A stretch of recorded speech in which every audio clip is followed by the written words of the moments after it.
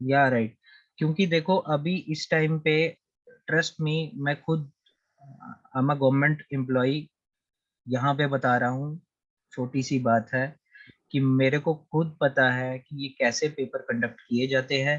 तो जितना जल्दी हो सकता है, जितना जल्दी आप प्रिपेयर करके रिवीजन की तरफ पहुंचोगे ना, तो तभी आप इस पेपर को क्रैक कर सकते हो। ठीक है, the most easiest way is कि आप इसको पहले महीने में सपोज कि सारा का सारा सिलेबस खत्म कर दिया, और अगली चीज के लिए आप तैयार रहे, दैट इज टेस्ट सीरीज। ठीक है, विच इज वेरी इंपॉर्टेंट। और जब तक वो नहीं होगी तो इन चीजों को पढ़ने का कोई फायदा नहीं है। तो आपको अपना जो वर्क शेड्यूल है, जो लर्निंग शेड्यूल है, जो आपकी क्लासेस है, आपको पूरी बाइफरकेट करनी पड़ेगी अच्छे तरीके से। ठीक है, रोज का टाइम टेबल बनाओ, वैसे पढ़ना शुरू करो, और ऑनलाइन से जितना मिलता है कोशिश करो कि उसको कहीं ना कहीं नोट डाउन करो। ठीक है,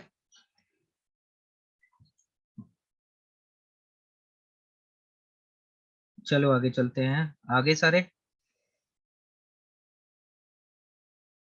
आगे चलते हैं। माइक ऑफ कर दो सारे।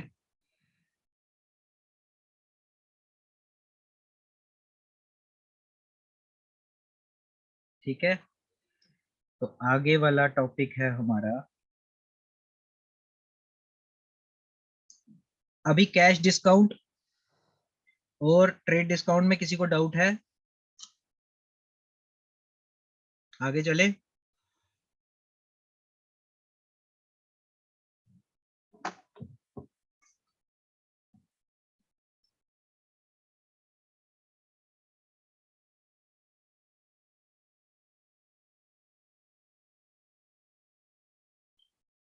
मैं नेक्स्ट टॉपिक देख लेता हूँ आपको क्या पढ़ाना है।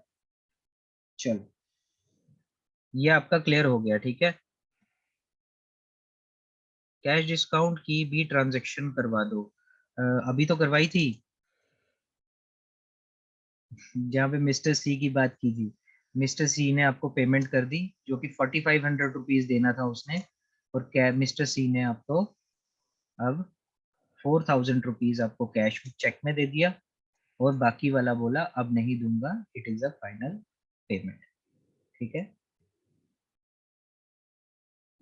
तो अब इसके 3 अकाउंट खुलते हैं ऑटोमेटिकली। देखो जहां पे सम का डिफरेंस आ जाएगा ना, सम का डिफरेंस, तो हमेशा ध्यान में रखना कि कहीं ना कहीं तीसरा अकाउंट इन्वॉल्व जरूर है, जहां पे सम का डिफरेंस आएगा। ठीक है, और ऐसा भी हो सकता है वो कंटिन्यूटी में पूछे। ये क्या बन गया, एक्चुअली थोड़ा सेंसिटिव है। किसी ने अपना वो ऑन रखा है? मिटा दे। ठीक है, तो ये हमने एक डिस्कशन की थी, इसमें 3 अलग अलग अकाउंट खुलते हैं। एक खुलता है मिस्टर सी, जिसको हम खाते से बाहर निकाल देंगे, और खुलता है बैंक अकाउंट जिसमें हमें पेमेंट आई है, और तीसरा खुलता है डिस्काउंट अलाउड। ठीक है, डिस्काउंट अलाउड, ये तीनों अकाउंट आपके बड़े ध्यान से देखना कि कैश बैंक में पैसा आया कितना, 4000 रुपीज, एसेट का क्रिएशन हुआ, डेबिट हो गया, और ये आपका डेबिट हो जाएगा। ठीक है, उसी तरह discount allowed is a loss, loss is always debited, तो ये भी आपका डेबिट हो जाएगा। उसी तरह मिस्टर सी, जो कि पहले आपके लिए एसेट था, अब इसने पेमेंट कर दी, तो अब एसेट नहीं रहा, एसेट का डिलीशन, क्रेडिट।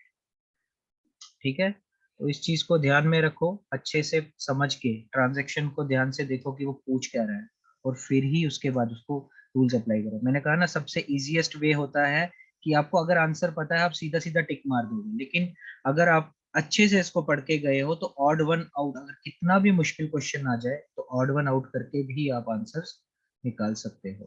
ठीक है, तो नेक्स्ट चलते हैं हम। ट्रेड डिस्काउंट आपका हो गया, उसके बाद हम पढ़ेंगे आपका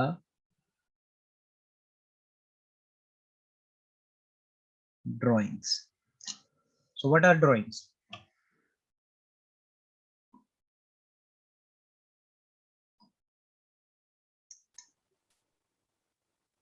जो पैसा हम पर्सनल यूज के लिए निकालते हैं। जो पैसा हम पर्सनल यूज के लिए निकालते हैं, ठीक है।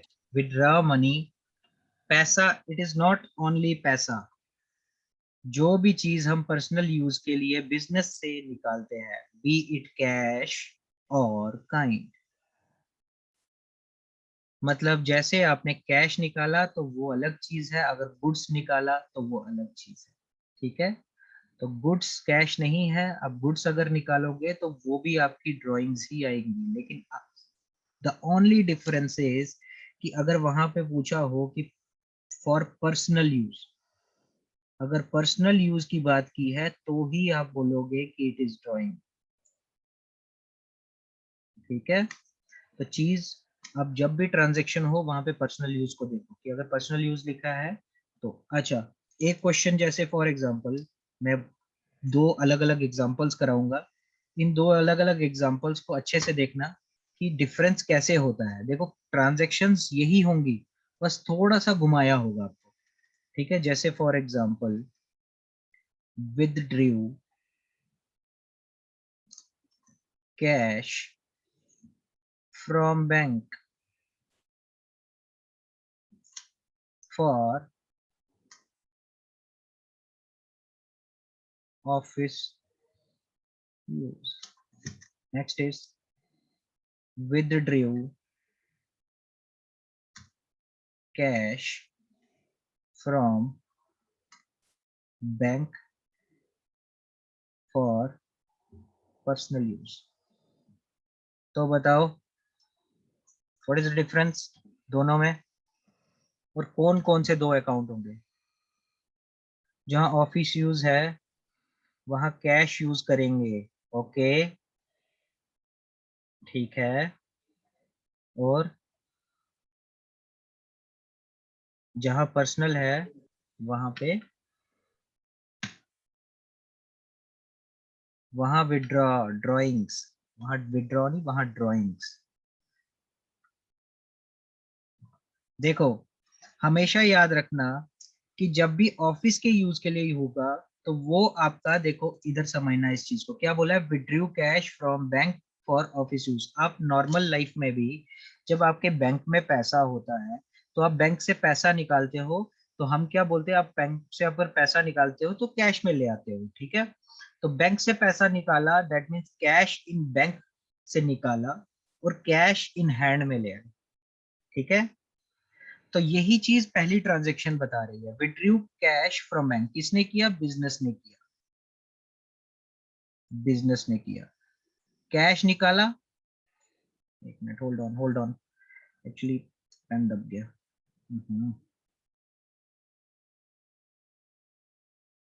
अब तो अभी भी आ रहा है, अब ठीक है।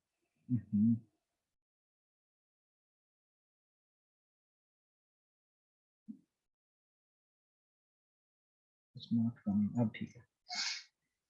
तो एक्चुअली में बिजनेस ने पैसा निकाला और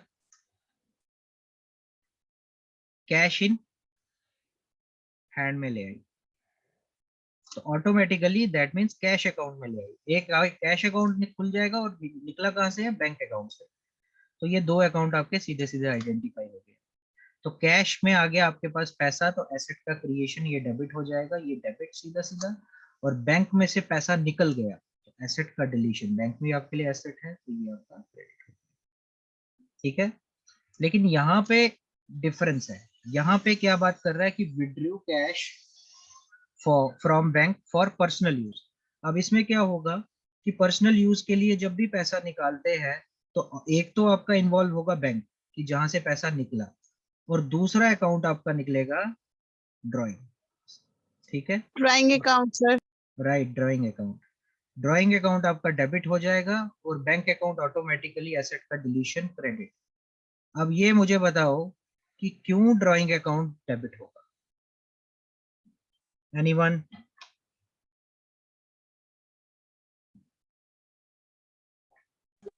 सर क्योंकि पर्सनल यूज के लिए पैसे सर निकाले ये गए हैं। पर्सनल यूज के लिए तो पर्सनल ये यूज के लिए सर पैसे निकाले तो sir that is the drawings. Drawings क्यों डेबिट होगा, मेरा सवाल ये है कि ड्राइंग्स सर डेबिट क्यों बिजनेस होगा। के लिए, बिजनेस के लिए सर एक्सपेंस है। बिजनेस के लिए एक्सपेंस है, राइट, बिल्कुल सही। इसको आप दो तरीके से कर सकते हो कि या तो आप ये सोच के चलो कि बिजनेस के लिए ये एक्सपेंस है क्योंकि बिजनेस ने पैसा दिया किसको, ओनर को। ओनर कभी भी अपनी मर्जी से बिजनेस से पैसा नहीं निकाल सकता। अगर उसने पैसा डाला हुआ है इसका मतलब ये नहीं वो बोलेगा कि मैं इसका ओनर हूं, मैं पैसा निकाल लूंगा, ठीक है, क्योंकि business has a liability to, मतलब कि उसको बाद में ओनर को पैसा वापस देना है, ठीक है। तो बिजनेस जब भी इसको कुछ पैसा देगा तो वो एक एक्सपेंस होगा बिजनेस के लिए और ओनर के लिए वो इनकम होगी, ठीक है। तो बिजनेस के लिए एक्सपेंस है, ड्राइंग्स हमेशा एक्सपेंस रहेंगी, ड्राइंग इसलिए एक्सपेंसेस आर ऑलवेज डेबिटेड, तो ड्राइंग हमेशा क्या होगा, डेबिट होगा, ठीक है। एक तरीका ये है, दूसरा तरीका मैं आपको बाद में बताऊंगा, अभी नहीं बताऊंगा, ठीक है, क्योंकि अभी इसको नॉर्मल तरीके से लेके चलो कि एक्सपेंसेस हमेशा डेबिट होते हैं, ठीक है। चलो, reduction in, not reduction in asset. अगर रिडक्शन इन एसेट होगा तो श्रुति श्रुति इस चीज को समझो, मैंने आपको मॉडर्न अप्रोच में बताया है कि reduction in asset is credit, asset का डिलीशन इज क्रेडिट। तो ये पूरा का पूरा सवाल आपका गलत हो जाएगा, ठीक है। एसेट का डिलीशन हमेशा क्रेडिट होता है, लेकिन आप जब रिडक्शन की बात कर दोगे एसेट में तो रिडक्शन आप क्रेडिट करोगे, तो ड्राइंग अकाउंट आपको क्रेडिट करना पड़ेगा, ठीक है। एक्चुअली में चलो मैं थोड़ा सा आइडिया दे ही देता हूँ। एक्चुअली में ड्राइंग्स जो है, ड्राइंग्स को हम लाइबिलिटी के साथ जोड़ते हैं।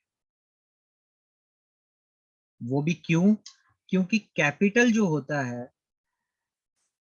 कैपिटल लगाया हुआ किसने, ओनर ने, जो बिजनेस पे लगाता है।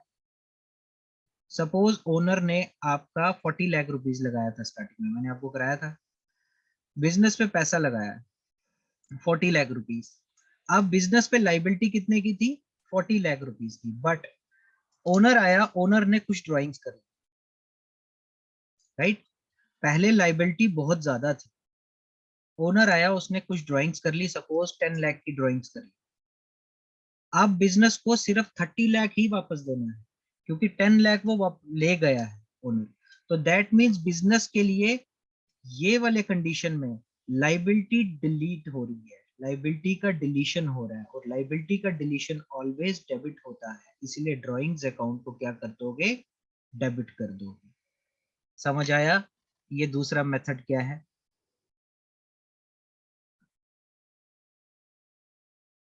Is it clear? Second method, जिससे आपको पता लग सकता है कि ड्राइंग्स आपकी डेबिट होती है, ठीक है। तो आज के लिए हम इतना ही रखेंगे। आई होप कि आज का लेक्चर आपको अच्छे से समझ आया होगा।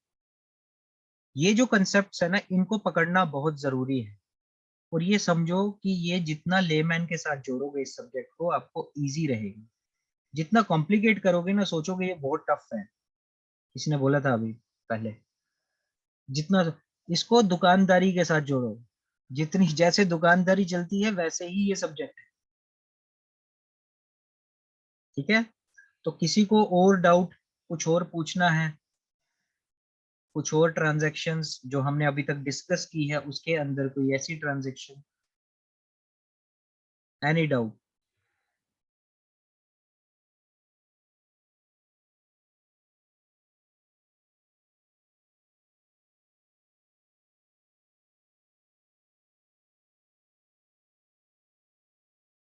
Clear sir, okay. तो आज के लिए हम इतना ही रखते हैं। आई होप कि आपको वो जो पीडीएफ मैंने, ये जो हम, मैं साइड पे आपको एक पीडीएफ छोटी सी बना के रखता हूँ, ये मेरे खुद के नोट्स है। तो आप, आई होप कि इसको आप समझ, ये आपको एक पीडीएफ मिल गई होगी सर से।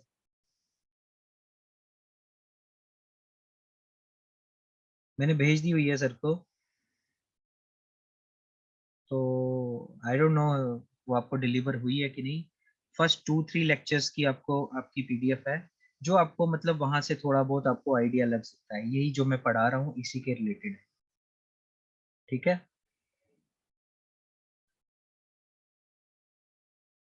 चलो, आज के लिए इतना ही, थैंक यू। फिर अब नेक्स्ट लेक्चर में बहुत जल्द मिलेंगे, ठीक है। Okay bye, take care.